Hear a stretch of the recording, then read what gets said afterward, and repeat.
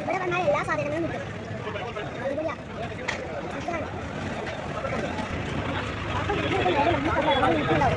അത് നിങ്ങൾ മനസ്സിലാക്കിയിട്ടുണ്ടെങ്കിൽ ക്ഷണത്തിന്റെ ബെനിഫിറ്റ് അവർക്ക് കിട്ടുന്നുണ്ട്. നിർബന്ധമായിട്ടും നിങ്ങൾ കൂടുതൽ വാങ്ങിക്കും.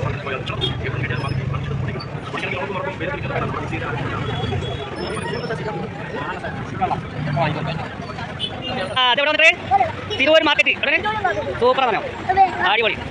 വേറെ തന്നെ അല്ല